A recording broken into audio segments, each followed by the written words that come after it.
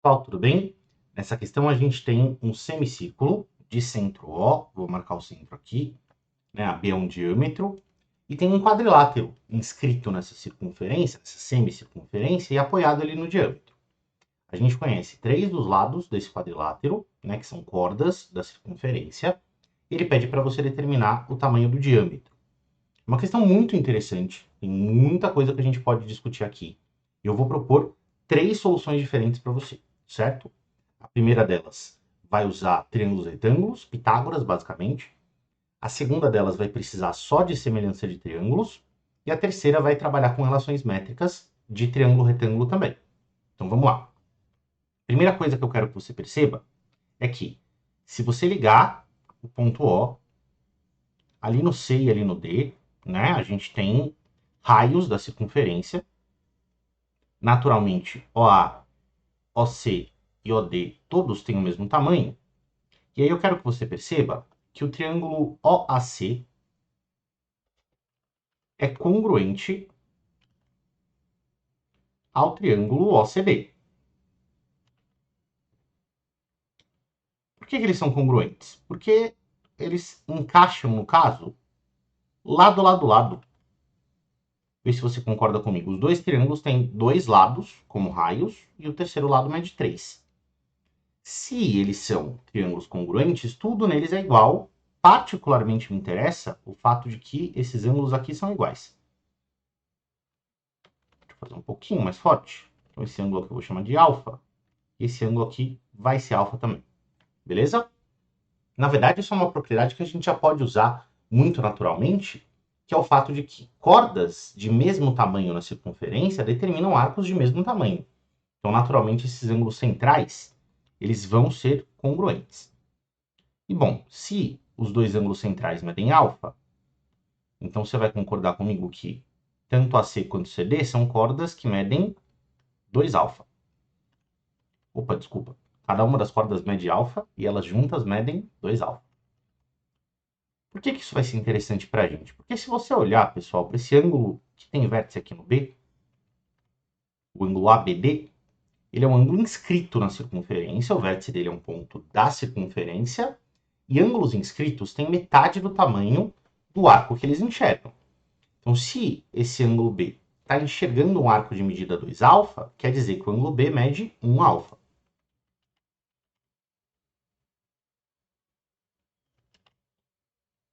E agora eu quero que você preste atenção no triângulo ABD, que seria esse triângulo aqui, ó. Tem algumas coisas interessantes para a gente discutir sobre esse triângulo. A primeira coisa importante sobre esse triângulo é que ele é um triângulo retângulo, concorda? Porque todo triângulo inscrito na circunferência, apoiado sobre o diâmetro, é um triângulo retângulo. Né? A gente já viu isso algumas ou várias vezes em problemas diversos, que quando você traça um diâmetro da circunferência, você separa a circunferência em dois arcos de 180 graus. Então, se eu desenho um triângulo que está apoiado aqui nesse diâmetro, né, esse ângulo inscrito desse vértice, está enxergando um arco de 180 graus, então ele tem metade desse tamanho, né? Esse ângulo vai ser reto. Beleza? Então, como o triângulo ADB ele está apoiado sobre o diâmetro, ele é retângulo. Perfeito. E aí eu quero que você visualize o seguinte.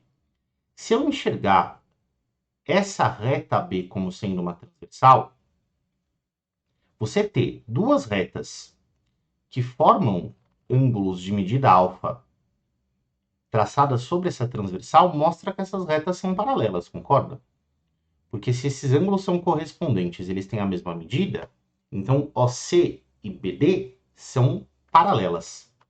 Olha que coisa bonita essa conclusão.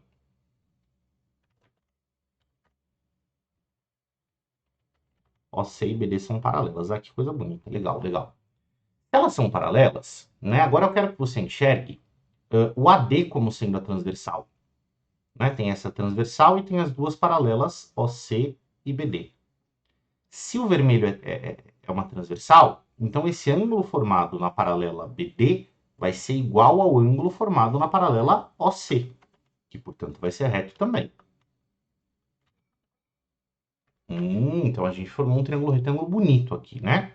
Esses 4 ângulos aqui são retos, na verdade, por conta de, né, o ângulo de baixo ser OPV com o de cima e o ângulo de baixo ser suplementar ao da esquerda. Então, se esse ângulo é de 90 e esses dois juntos medem 180, o de cima tem que ser 90 também. Interessante.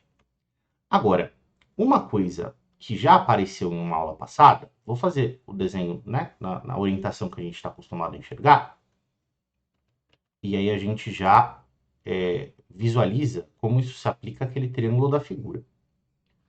Mas uma coisa que a gente viu é que se você pega um triângulo e você marca o ponto médio de um lado, e você traça uma paralela aqui por esse ponto médio, essa paralela vai encontrar o lado direito também no seu ponto médio. E esse segmento que a gente formou aqui no meio, ele é base média do triângulo. Lembra disso? E se ele é base média do triângulo, tem duas propriedades interessantes, né? Primeiro, vai de ponto médio a ponto médio, forma um segmento paralelo. Perfeito. Mas esse tamanho é metade do tamanho da base. Como isso se aplica ao nosso exercício? Bom, eu quero que você perceba que o ponto O é ponto médio do diâmetro. O centro é o ponto médio do diâmetro. Então, quando eu vim aqui e eu tracei essa reta que é paralela à base, eu cheguei no ponto médio do segmento AD, pensando no triângulo ADB, correto? Esse triângulo aqui que interessa pra gente. Se eu tracei um segmento aqui que vai do ponto médio e sai paralelo, esse segmento OP vai ser a base média do triângulo OBD, ABD. Então, OP é base média do triângulo ABD. Por que, de novo? Porque sai do ponto médio e sai paralelo, correto? E se é base média, o que falta a gente considerar é que ele tem metade do tamanho da base. Então, o segmento que vai do O para P tem metade do tamanho de BD, que é 7. Então, o segmento OP mede 7 sobre 2. Vou fazer de vermelho para ficar um pouquinho mais, né, ressaltado. E aí, veja, se do O até o P o comprimento é 7 sobre 2, e do O até o C eu tenho um raio, esse pedacinho aqui, ó, que sobra, é raio menos 7 sobre 2.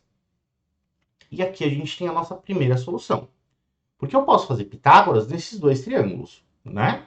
Eu posso fazer Pitágoras no triângulo APC, que é o triângulo de cima da esquerda, e eu posso fazer Pitágoras no triângulo de baixo. Eu tenho 2 Pitágoras para fazer, e eu tenho, na real, 2 incógnitas no problema, né? Porque eu não sei quem que é o raio, e eu também não sei qual é o tamanho desse segmento que eu vou chamar de x. Então, tendo 2 equações com 2 incógnitas, eu consigo descobrir quem é o x. E quem é o raio, que no caso é a parte que interessa para a gente. Então, eu quero que você foca. Deixa eu apagar aqui aquelas observações que a gente fez. Eu quero que você foca nessa situação. Eu tenho o triângulo AOC, né? Quais medidas eu tenho desse triângulo? Isso daqui é um raio, isso daqui mede 3, que foi o primeiro dado lá do problema, né? O lado do quadrilátero inicial. Essa parte do C até o P é R menos 7 sobre 2. E essa parte é 7 sobre 2. Isso daqui eu chamei de x. Então, se eu fizer Pitágoras nesses dois triângulos, no triângulo 1 e no triângulo 2, eu vou ter as seguintes equações. No triângulo de cima, cateto ao quadrado mais cateto ao quadrado tem que ser hipotenusa ao quadrado. No triângulo de baixo, cateto ao quadrado mais cateto ao quadrado é igual a hipotenusa ao quadrado. Para resolver esse sistema, como não me interessa a medida de x, o que eu estou procurando é o diâmetro, é o raio, certo? Eu vou isolar o x ao quadrado nessa equação de baixo e vou substituir na de cima. Então, esse x ao quadrado vai ser, joga a fração para o outro lado, r ao quadrado menos 7 sobre 2 ao quadrado, que é 49 quartos. E substituindo na primeira equação,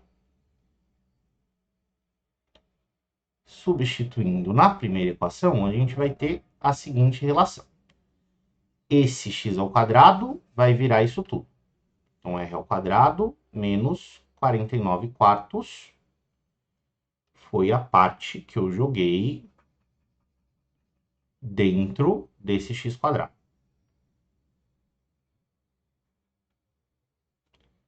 Mais r menos 7 sobre 2 ao quadrado. Eu já vou abrir essa expressão. Isso é um produto notável, né? Vai ficar quadrado do primeiro, que é r ao quadrado. Aí menos 2 vezes o primeiro vezes o segundo. Repara que o 2 corta com o sobre 2. Mais quadrado do segundo, que é 49 quartos. Isso tudo tem que ser 9, que é o 3 ao quadrado. Dessa expressão toda, esse mais 49 quartos corta com menos 49 quartos. E vai sobrar para mim 2r ao quadrado menos 7r e menos o 9 que veio do outro lado subtraindo. Essa equação, gente, do segundo grau, eu vou pular a parte do Bhaskara, certo? Para a gente focar na parte geométrica do problema. Mas se você fizer o Bhaskara, se você resolver a equação quadrática, você vai descobrir que tem duas soluções. R igual a menos 1 ou R igual a 9 sobre 2. Naturalmente, como isso é uma medida, né, geométrica, isso não serve, porque o R tem que ser positivo. E bom, se o raio é 9 sobre 2, então o diâmetro, que foi o que o exercício me pediu, é 9. Isso encerra o problema. Beleza? Então, essa primeira solução envolve a gente procurar triângulos retângulos da figura, encontrar dois, montar o sistema e resolver a equação. Dá um pouquinho mais de trabalho algébrico, certo? Do que talvez a gente queira resolver na mão. Mas talvez seja uma solução que seja relativamente mais tranquila de encontrar. Não vou dizer que é fácil, porque esse problema não é um problema fácil, mas é um problema bem interessante. E eu espero que você tenha gostado dessa primeira solução. Vamos para a segunda. A segunda solução, deixa eu voltar na primeira para a gente fazer a discussão, né, em alto grau. Qual foi a lógica que a gente usou para né, desenrolar alguma coisa aqui? Como o quadrilátero inicialmente era um quadrilátero irregular, e a gente não conhece muitas propriedades de quadriláteros irregulares, a ideia básica que a gente tem em problemas de geometria é, quando de frente a uma figura estranha, a gente, né, divide ela em pedaços que são menos estranhos do que a figura inteira é. Então, se você não conhece muitas propriedades sobre quadriláteros irregulares, eu vou tentar fazer aparecer um triângulo retângulo, vou tentar, né, transformar essa figura em alguma coisa aproveitável. Você pode fazer isso dividindo ela por dentro em pedaços, como a gente fez nessa primeira solução, ou você pode completar a figura por fora até que apareça alguma coisa interessante. Então, a nossa segunda ideia vai ser você prolongar os segmentos AC e BD até que você forme um triângulo, né, por fora do quadrilátero que o exercício te deu. Então, vamos dizer que esses pontos eles se cruzam aqui no ponto E, correto? E a gente está interessado em estudar com atenção esse triângulo ABE. O que a gente consegue perceber dele, gente? Bom, se eu ligar o ponto B com o ponto C, como o triângulo ABC está apoiado sobre o diâmetro da circunferência, como a gente conversou anteriormente, ele é um triângulo retângulo. Mas veja. Lembra que esses arcos são do mesmo tamanho? Então, se eu marcar esses ângulos aqui, ó, eles são ângulos que são idênticos, porque eles enxergam arcos iguais. Né? Do jeito que a gente tinha feito lá na primeira solução, a gente tinha ligado o O com C e o O com D. A gente tinha chamado esses ângulos aqui de alfa. A gente tinha percebido que esses arcos medem 2 alfa cada um. Esses arcos medem alfa cada um. Lembra que o ângulo central é igual à medida do arco que ele enxerga. E, pô, se esse arco mede alfa e esse arco mede alfa, ângulo inscrito que enxerga o arco tem metade do tamanho do arco. Então, esses ângulos aqui medem alfa sobre 2. Faz sentido? Então, né?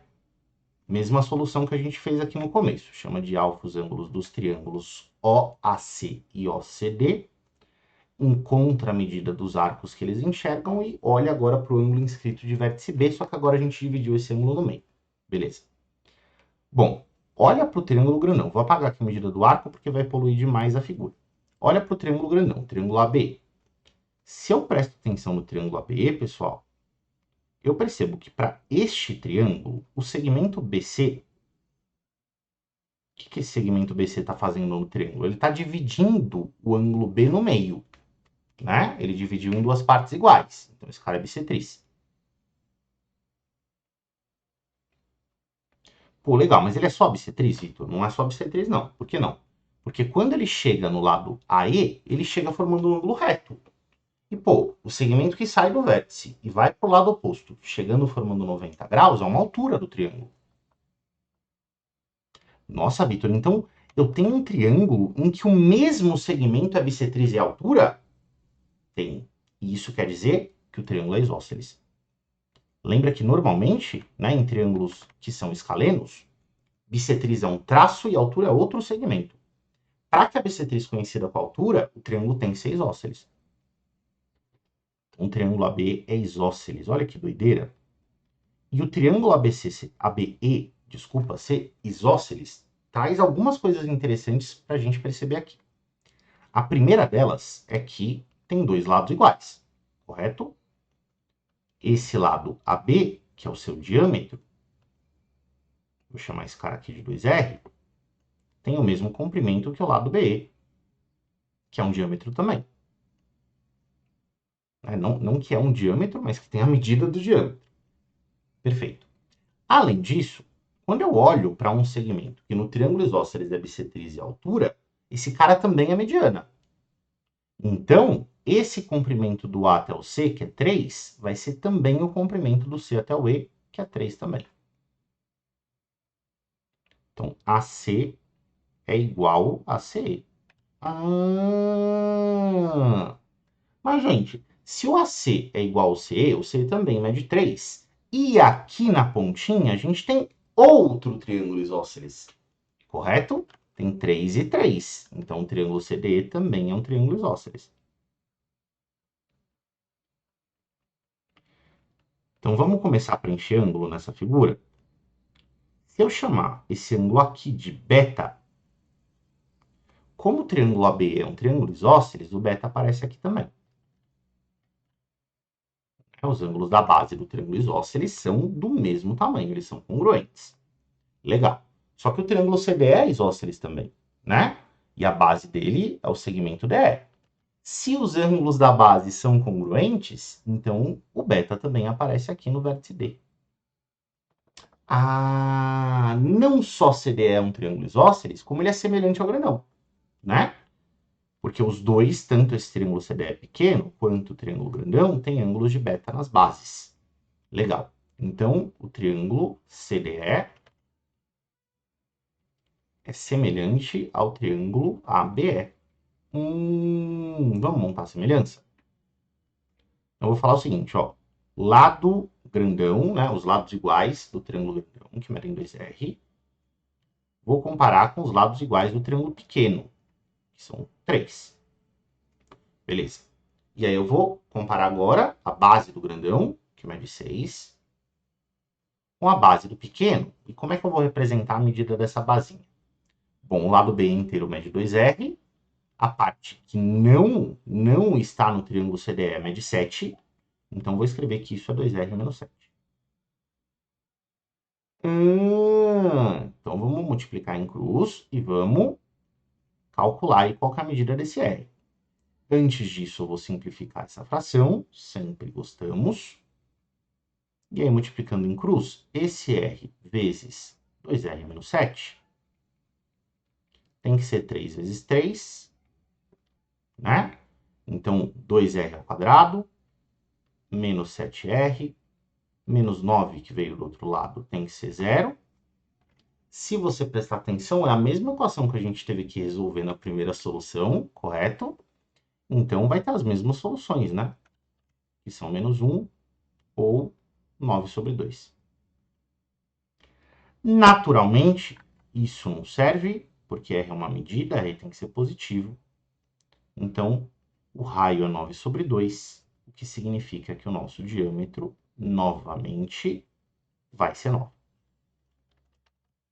Beleza? Então, não só dá quando você está diante de uma figura estranha, de um polígono irregular, para você dividir ele em pedaços por dentro para encontrar alguma coisa produtiva, mas também é uma boa ideia de vez em quando ver se não dá para você completar por fora para aparecer algum polígono legal, que seria aí a chave da nossa segunda solução. Beleza? Espero que você tenha gostado dessa solução também. Ela é mais sucinta do que a primeira. A parte algébrica é um pouquinho mais fácil, né? Não tem sistema de equação para você resolver. É só a semelhança e já cai direto na resposta. Mas talvez seja um pouquinho mais difícil de enxergar, porque tem que visualizar esse triângulo por fora, perceber que ele é isósceles. Mas é uma solução bonita. Eu espero que você tenha apreciado essa nossa solução. E a terceira solução, que eu disse que é um pouquinho mais artística, certo? Ela, de certo, não é uma solução muito comum, né? Mas ela é bonita, então eu vou compartilhar com vocês. Eu espero que vocês também se sintam instigados aí pelas coisas que a gente vai discutir para chegar nessa solução. Então, o que aconteceu? A gente tem essas cordas de tamanho 3, 3 e 7, e a gente tem esses triângulos, que tem ângulos centrais aqui, alfa e alfa, né? Lá na primeira solução a gente já tinha discutido que esses dois triângulos são iguais, e tem um triângulo que é formado pelos raios com a corda de medida 7. E eu não sei qual que é o ângulo que aparece aqui. Sei lá, beta. Não faz muita diferença isso pra gente, não. O que eu quero propor para você? Bom, nessa semicircunferência cabem certinho, né? Essas cordas 3, 3 e 7 encaixadas, né? Saindo de uma das extremidades do diâmetro e chegando na extremidade oposta. Se esses triângulos têm ângulos centrais, né, formados por raios e de medidas alfa, alfa e beta, então naturalmente esses ângulos somam 180. Isso também significa, pessoal, que é possível a gente mudar a ordem dessas cordas, né? O que acontece se a gente trocar a corda do meio com a corda da ponta? Será que esse problema não fica mais legal? Então isso tudo está acontecendo dentro de uma circunferência, concorda? Tem essa corda aqui que mede 3, beleza? Ela tá quietinha aí, não vamos mexer nessa corda. Mas eu queria trocar essas duas aqui de lugar. E pode, né? Porque como esses triângulos têm todos os mesmos lados, que são os raios, né? E alfa mais beta dá 180, tudo bem se eu trouxer a corda 7 para cá, para cima, e a corda 3 ali para direita. Tipo, como todos os lados, né, que partem ali do ponto O são raios, e esses ângulos alfa e beta, esses dois ângulos alfa e o ângulo beta somam 180, ainda encaixa a figura se eu tentar trocar essas duas cordas de lugar. Mas por que eu faria isso? Porque quando a gente deixa o triângulo desenhado, triângulo não, né? O quadrilátero desenhado dessa maneira, quando eu inverto as cordas de lugar, eu formo um trapézio isósceles. Não é? Esses ângulos aqui centrais, eles são o mesmo beta que a gente tinha na solução passada aqui, né? Só que agora tem beta tanto no vértice A quanto no vértice B. Aí não é o mesmo beta de antes. Deixa eu usar outra letra. Esse gama, pronto. Esse gama que aparece ali é o mesmo gama que aparece ali do lado direito. Certo? E aí você consegue perceber que esse trapézio é um trapézio isósceles. Né? Os ângulos da base são iguais. Os lados oblíquos são idênticos. E aqui aparece o 7 que interessava ali pra gente. Como é que se termina esse exercício? Olha só. Se eu baixo as alturas ali dos vértices de cima,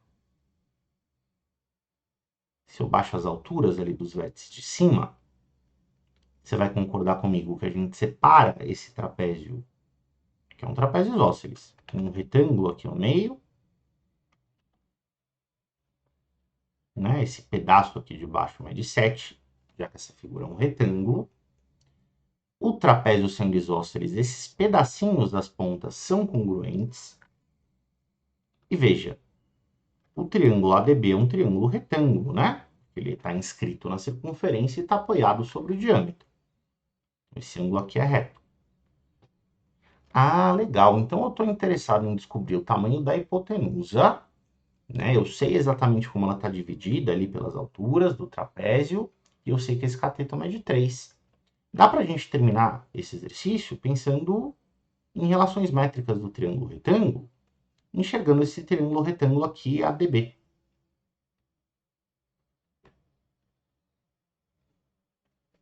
Né? Tá, retângulo, eu baixei a alturinha relativa à hipotenusa, ali a partir do vértice D. Eu sei que esse cateto mede 3. Essa projeção do cateto é x e o restante da hipotenusa é x mais 7. Ou seja, a hipotenusa inteira, eu posso dizer que ela mede 2x mais 7.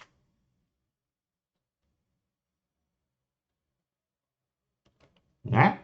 E pelas relações métricas do triângulo retângulo, eu tenho que cateto ao quadrado é o tamanho da sua projeção vezes a hipotenusa toda. Olha que interessante. Então, 9 é 2x ao quadrado mais 7x. O que é a mesma coisa que dizer que 2x² mais 7x menos 9 é igual a 0. Troca o 9 de lado. Né? De novo, uma equação do segundo grau. Essa equação do segundo grau tem como raízes x igual a 1 ou x igual a menos 9 sobre 2. Que não serve como resposta para esse problema, né? Porque, de novo, x é uma medida, tem que ser positivo. E se o x é 1, essa resposta que vai interessar aqui para a gente, então, essa hipotenusa toda, que é o diâmetro, vai medir 1 mais 7 mais 1, que é 9. E essa é a terceira solução que a gente vai dar para o problema, então, que o diâmetro é 9. Beleza? Vou reconhecer que é uma solução um pouco artística, né? Não é muito óbvio, né? Não é muito padrão que a gente pense em mudar as peças do problema dessa maneira, reorganizando as cordas de lugar, para a gente montar uma figura mais favorável para a gente. Mas é uma solução bonita, é uma solução que chega na resposta de um jeito simples, então eu queria compartilhar com vocês também. Beleza? Espero que vocês tenham gostado da discussão bem rica que a gente fez em cima desse problema e que você tenha aprendido alguma coisa. A gente se vê na próxima. Tchau!